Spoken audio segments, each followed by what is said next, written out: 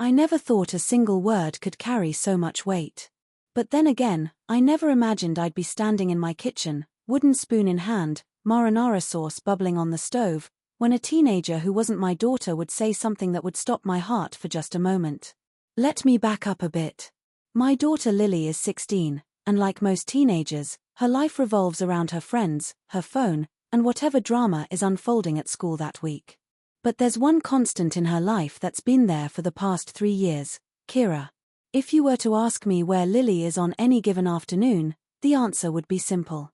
She's either here at our house, or she's at Kira's place with her grandparents. That's just how it is. That's how it's always been. Kira is also 16, though she's about to turn 17 in 2 weeks. We've been planning a little celebration for her, actually. Nothing too big, just something to make her feel special.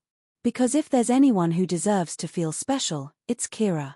The girls are inseparable, the kind of best friends who finish each other's sentences and communicate in looks and inside jokes that leave the rest of us scratching our heads. They've got matching bracelets, shared playlists, and enough photos together to fill several albums. But Kira's story isn't like most teenagers. She doesn't live with her parents. She lives with her grandparents, and the reason why is something that makes my stomach turn every time I think about it.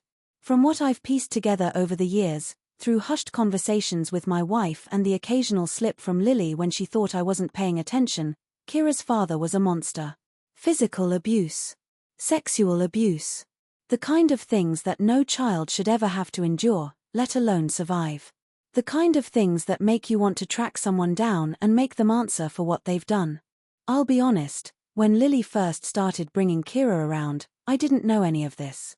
I just knew she was polite, maybe a little quiet, and that she seemed to light up when she was at our house. She'd help set the table without being asked. She'd laugh at my terrible dad jokes. She'd sit on the couch with our dog and just pet him for hours, this look of peace on her face that I'd later understand was precious and rare for her. Over time, she became a fixture in our home. There's a spot on the couch that's basically hers now. She has a favorite mug for hot chocolate. My wife bought an extra toothbrush to keep in the bathroom for when she stays over, which is often. We've watched her go from a cautious, watchful girl to someone who seems genuinely comfortable here. Someone who smiles more easily. Someone who's found a second home. That particular evening, it was a Tuesday. I remember because Tuesdays are always my night to cook. My wife has a late meeting on Tuesdays, and Lily has debate club, though she usually gets home right around dinner time. I was making my specialty, which is really just spaghetti and meatballs, but I like to pretend I'm some kind of Italian chef when I make it. I had the sauce going, the pasta water was about to boil, and I was chopping some fresh basil from our little herb garden on the windowsill. The house smelled amazing, that rich, tomatoey smell mixed with garlic and herbs. The kind of smell that makes you hungry even if you just ate. I was humming along to some old rock song playing from my phone, probably off-key, definitely not caring. The kitchen was warm from the stove, and the late afternoon sun was coming through the windows in that golden way that makes everything look softer, kinder. I heard footsteps behind me, soft on the tile floor. I figured it was Lily coming to sneak a meatball before dinner, which she does approximately every time I make them. I was preparing my usual mock stern lecture about ruining her appetite when I heard the voice. "Hey, Dad, what are you making?" The voice was Kira's. I know my daughter's voice like I know my own heartbeat, and this wasn't it.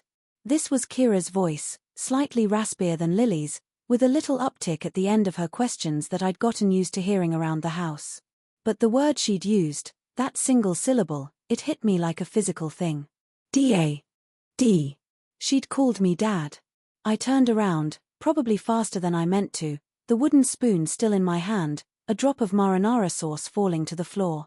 Kira was standing there in her usual after-school outfit, jeans, and one of those oversized hoodies that all the kids wear now, her dark hair pulled back in a messy ponytail. Her eyes were wide, and I could see in an instant that she'd realized what she'd said. "Did you just call me Dad?" The words came out before I could think them through. Not angry, not accusatory, just surprised. Pure, unfiltered surprise. It was a reflex, that question, the same way you'd say "Did you just see that?" When something unexpected happens right in front of you. But the moment those words left my mouth, I knew I'd made a mistake. I watched Kira's face crumble. That's the only word for it. It crumbled. Her eyes welled up with tears almost instantly, her lower lip started trembling, and her hand came up to cover her mouth like she was trying to physically take the word back, to shove it back inside where it could be hidden away. "I'm sorry," she whispered, her voice breaking. "I'm so sorry, I didn't mean to, I just..." And then she was crying. Not the quiet, delicate crying you see in movies. Real crying. The kind that shakes your shoulders and makes it hard to breathe. The kind that comes from somewhere deep and painful. She turned away from me, probably embarrassed, probably wishing she could disappear into the floor. I stood there, frozen, the wooden spoon dripping sauce onto my shoe, and I felt like the worst person in the world. Because in my surprise, in my unthinking moment of pointing out what she'd said, I'd hurt this girl who'd already been hurt more than anyone should be. This girl who'd survived hell and was just trying to find something normal, something safe, something that felt like family. "Kira," I started, but she was already backing away, shaking her head. "I need to go to the bathroom," she managed to get out between sobs, and then she was gone, her footsteps rapid on the stairs, and a moment later I heard the bathroom door close and lock. Ood in the kitchen, sauce still bubbling, forgotten on the stove. The music was still playing, some cheerful guitar riff that now felt completely wrong for the moment. I turned off the burner and just stood there, replaying what had happened, feeling the weight of it settle in my chest. She'd called me Dad. And she'd meant it. And I'd called her out on it, and now she was upstairs crying, probably feeling humiliated and scared that she'd crossed some invisible line. Probably worried that she wasn't welcome here anymore. Probably thinking about all the ways she doesn't have what other kids have. My wife got home about 20 minutes later to find me sitting at the kitchen table, head in my hands. She took one look at my face and asked what was wrong. I told her everything, every detail, and watched as her expression shifted from concern to understanding to that particular look she gets when she's disappointed in me but also loves me enough to help me fix it. "You need to talk to her," she said simply. "You need to tell her it's okay." "I know," I said. "I just don't know what to say. What if I make it worse?" "You'll find the words," my wife assured me, squeezing my shoulder. "You always do." But that night, I didn't get the chance. Kira came down eventually, her eyes red and puffy, and she wouldn't look at me. She made an excuse about needing to get home early for something with her grandparents, and she was out the door before I could stop her. Lily looked at me with a question in her eyes, but I just shook my head. I'd explain it to her later. That night, I couldn't sleep. I kept thinking about Kira, about what she'd been through, about how our house must feel to her. A place where nobody hurts her. Where she can just be a kid. Where she can eat dinner and laugh and feel safe. And somewhere along the way, I'd become something to her. Not just Lily's dad. Not just the guy who makes spaghetti on Tuesdays. But something more. Something important. I thought about her father, about what he'd done to her. About how the word dad probably carried so much pain for her, so much fear and trauma. And yet she'd used it with me. In a moment of comfort and safety, that word had slipped out naturally, and instead of it being the beautiful thing it was, I'd pointed a spotlight at it and made her feel ashamed. The next morning, I was up early. I'm usually not an early riser, but I'd barely slept anyway. I made coffee and sat at the kitchen table, rehearsing what I wanted to say. My wife had left a note reminding me to fix this, with a little heart drawn at the bottom. Lily came down for breakfast and, in that way that teenagers have of knowing everything without being told, she looked at me and said, "You should apologize to Kira." "I know," I said. "I'm planning to." She cried for like an hour last night on the phone, Lily informed me, and I felt that guilt twist deeper. "She thinks you hate her now." "I don't hate her," I said quickly. "God, I don't hate her. I was just surprised. I handled it badly." "Yeah, you did," Lily agreed, "because 16-year-olds are nothing if not brutally honest. But you can fix it. She's coming over this morning, by the way." She texted me. She left her math textbook here. So that's how I found myself waiting, nervous as a kid before a test, for Kira to arrive. When the doorbell rang, My heart jumped. Lily went to answer it, and I heard their voices in the entryway, the subdued quality of Kira's tone, missing its usual energy. I found her in the bathroom, of all places. The door was open, and she was standing at the mirror, doing her makeup. She did that sometimes, used our bathroom because the lighting was better than at her grandparents' house, she'd said once.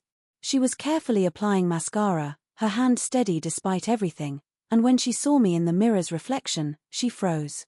"Hey, Kira," I said softly. "Can we talk?" She put down the mascara wand, and for a second I thought she might bolt. But instead, she turned to face me and nodded. "Yes," she said quietly. I took a breath. I'd rehearsed this, but now that the moment was here, all my prepared words seemed inadequate. So I just spoke from my heart. "I'm sorry for the way I reacted yesterday," I began, and I watched her eyes start to fill with tears again. "I was just super surprised. But Kira, I need you to know something. I love the fact that you called me Dad." She blinked, and a tear rolled down her cheek, leaving a track through the powder she'd just applied. "You do," she whispered. "I do," I confirmed, and I felt my own eyes getting wet. "You're kind of like a second daughter to me." "I'm not offended." "Lily isn't offended either. We love having you here. Your family. That's we." And she really started crying, but it was different this time. These weren't tears of shame or fear. These were different. Relief, maybe. Or release. "My dad used to beat me," she said, and hearing her say it out loud, direct and simple like that, was like a punch to the gut. So I never really had a good father.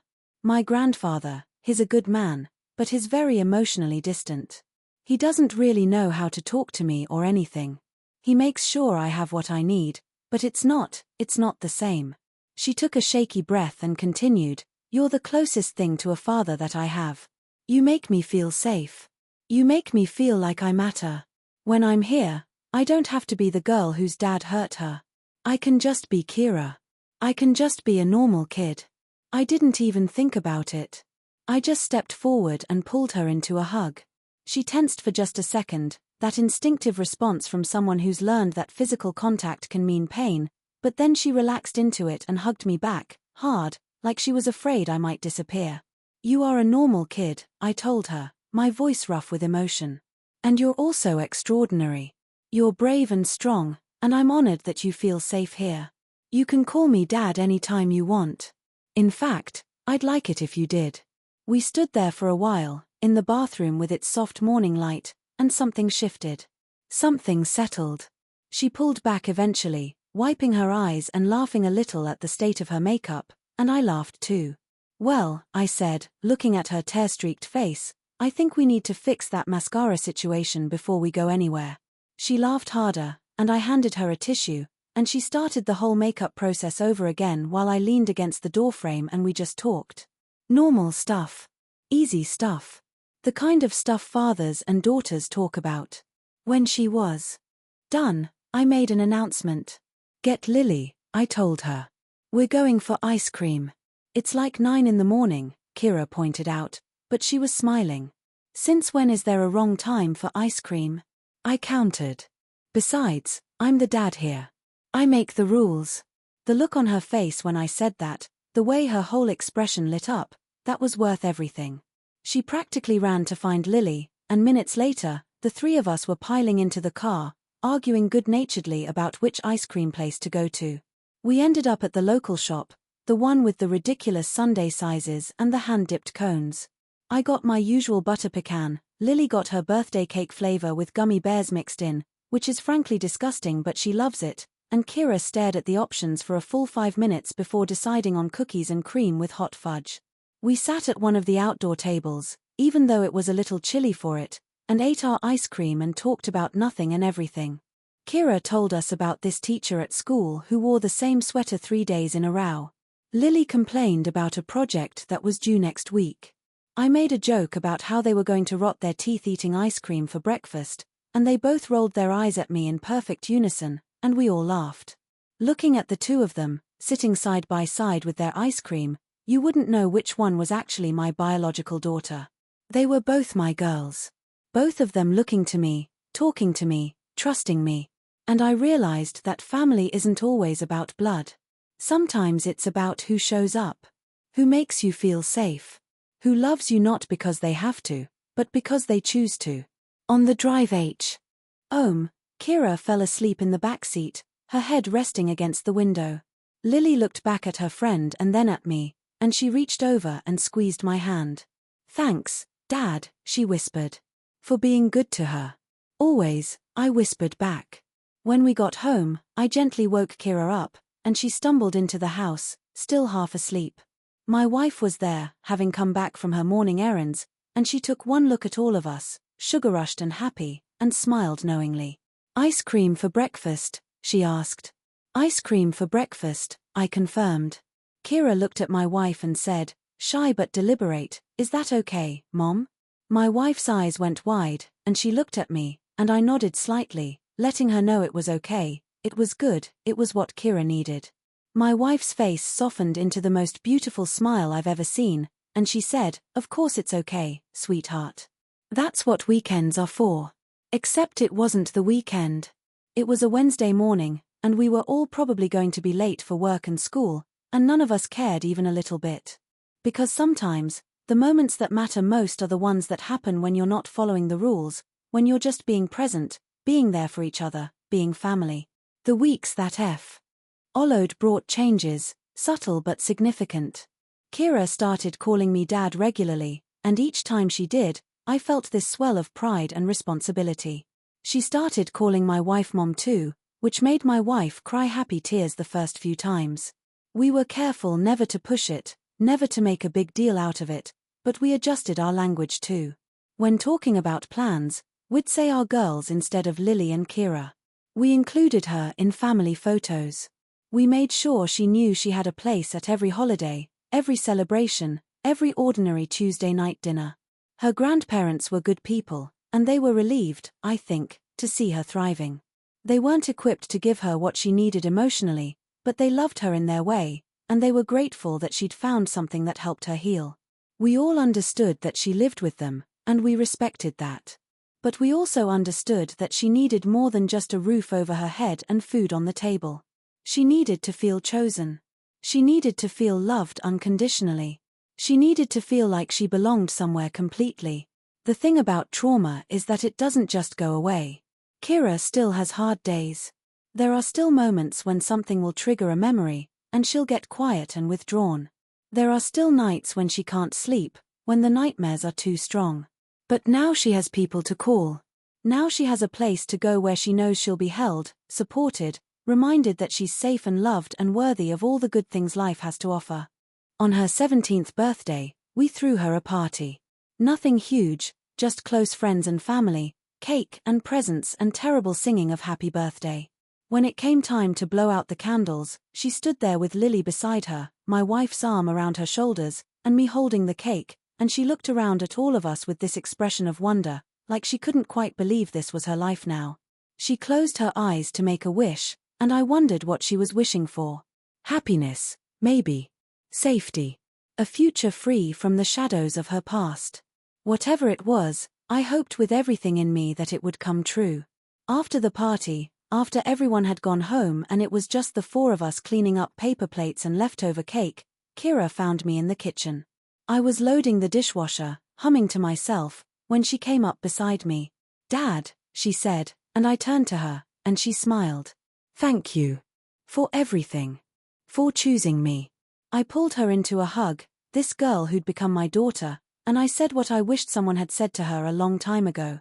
"You've always been worth choosing, Kira. Always."